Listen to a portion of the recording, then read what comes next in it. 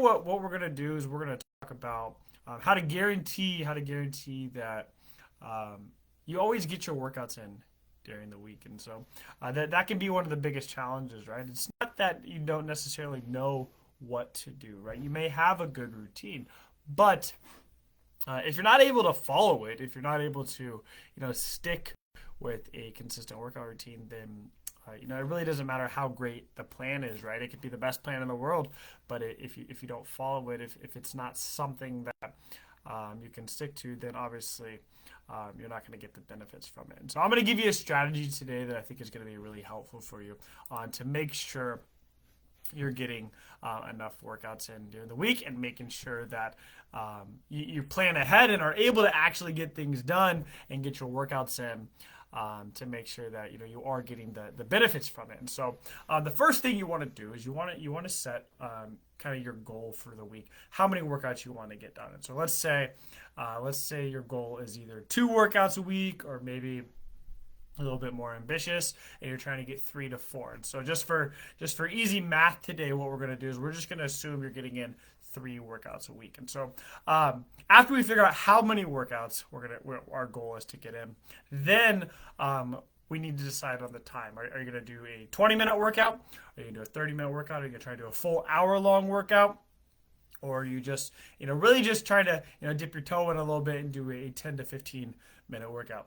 There's no wrong answers here. Whatever works for you, whatever works for you in your situation right now. You can always add more later. You can always switch it up and dial it back down if you need to. And so let's just say you're trying to fit in 30-minute workouts, right? So you get 3 30-minute workouts a week. Awesome. So what we need to do then is, now that we know we're trying to find 3 30-minute workouts in a week, and we're trying to make them each 3 30-minute workouts. We're trying to fit those into the calendar. So what you're going to do first is you're gonna either, whether this is pen and paper, whether it's on your phone, Google Calendar. I recommend Google Calendar because then you can share this with your spouse, and it works much more effectively. And so you can share this with your spouse. This is what I do with my wife. I feel like with everything nowadays, everything is at least somewhat compatible with Google, and so you can always sync those up there. But Google seems to be the easiest. It's free, and then what I do is I put every single thing on the calendar. So I have all my work events, I have all my meetings, everything. I have when I'm going to work out, I have my kids' events. I put everything on the calendar. But what you want to do is you want to make sure everything is on the calendar before you put your workouts. The reason is, if you put your workouts on the calendar, let's say you put a workout on the calendar for 5 o'clock on a Monday, right? Well, what happens if your wife has a meeting, your kids have practice, they get out of school late, you're running around, something pops up, then you're unable to do it, right? So what you want to do, and obviously things are going to come up that are going to cause you to switch some things around. But that's always going to happen, right? That's what happens for being a dad. That's what happens with having kids, right? There's always something that's going to come up, and that's going to cause you to change your schedule a little bit, and that's okay. And so we want to put every single thing on the calendar. And so you put your wife's events if she's working, put everything, all her meetings and everything. You put all your kids' events, so you put all their school events on there, put all their doctor's appointments. You put everything for the entire week on there. Even put things like dinner, like when you're going to bed, when you're waking up, when you're eating, every single thing on there.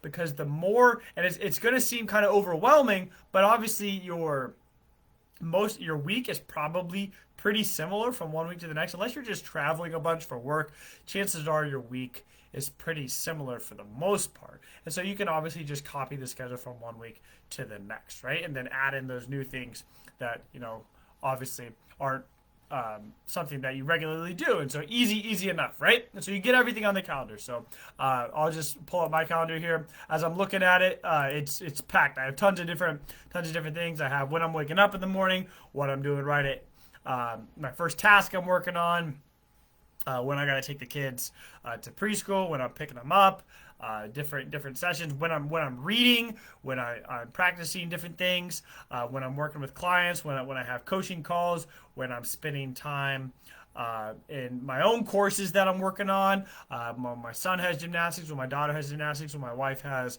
a Bible study. I even have when the Chiefs are playing on here. And so I got every single thing on my calendar there, okay? So I have all that on there, and then I go ahead and I schedule my workouts. And so what this allows is it allows me a greater chance for my workout to actually happen, right? So instead of trying to schedule my workout at 6 o'clock at night, but my wife has something and we didn't talk about it, we didn't communicate. I already know if she has something at that time, that's not going to be a great workout time for me. And so the more we can communicate with our spouse, the more you can, make sure all your kids' events are on there. You can plan around that, right? So I know I can look at my calendar right now, 6 o'clock every morning. That's a potential time for me to get my workout in. And so maybe that doesn't work for you, right? But now that you have every single thing on your calendar, you can start to look at some possibilities here. So I see right now, 6 o'clock in the morning might work for me. Maybe 9 o'clock at night, I could work out over my lunch hour. And I see some gaps here that aren't filled in. I could add my workout in. For me, I work from home.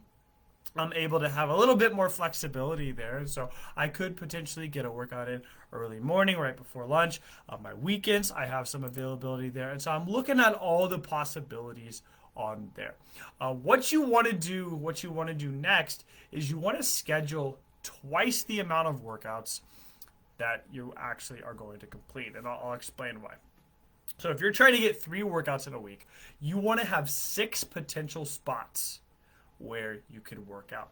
The reason being is you probably already know that things are going to get shifted around. Something's always going to come up. So instead of just scrapping it, kind of that all or nothing mentality, I couldn't get my workout in here, I'm just not going to do it. You just shift it to the next spot. That may not be the same day, right? Maybe you only have a 30-minute block open on Monday, but on Tuesday you have 3 30-minute blocks. So you could put one of those blocks on there. So you're putting multiple blocks on your calendar. So you may get a workout in Monday. You may not get your next workout until Thursday, but then you're able to get one in Friday. You have a little free time on Saturday. Maybe you could get a short one in there too. And so after you get every single thing on the calendar, then you schedule your workouts. Try and schedule twice as many potential workouts on the calendar. And I found this is a great way to make sure you have the time during the week in order to work out. Now, if you get to the end of the week, you still aren't able to get all your workouts in, well, then we need to reevaluate. Are we being a little bit too ambitious? Do we not actually have the time to get 3 workouts in? Or did we choose to do something with that time that took time away from the workout? If you were trying to get a 45-minute workout in, but you only had time for a 20-minute workout, do you need to reevaluate your expectations, right? And for right now, maybe do some shorter workouts. But when you get everything on the calendar, you schedule your weeks, you're diligent, you're disciplined with your calendar. It makes it much easier to kind of fill in those gaps and find time to do your workout. It's not always going to look the same. Ideally, if you could work out Monday, Wednesday, Friday at the same time, that'd be great, right? But it may look like Monday, Tuesday, Saturday. It may look like Tuesday, Thursday, Friday, right? It's not always going to be the same.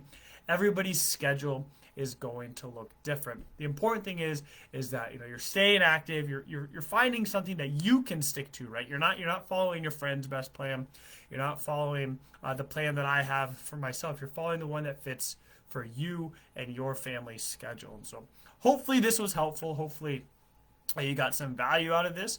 This is a strategy that I personally use, that I try and help my clients implement as well when they're struggling to find time to work out. But if you have any questions about this, if there's anything I can help you with, go ahead and send me a message, and I'd love to try and do my best to help implement this with you.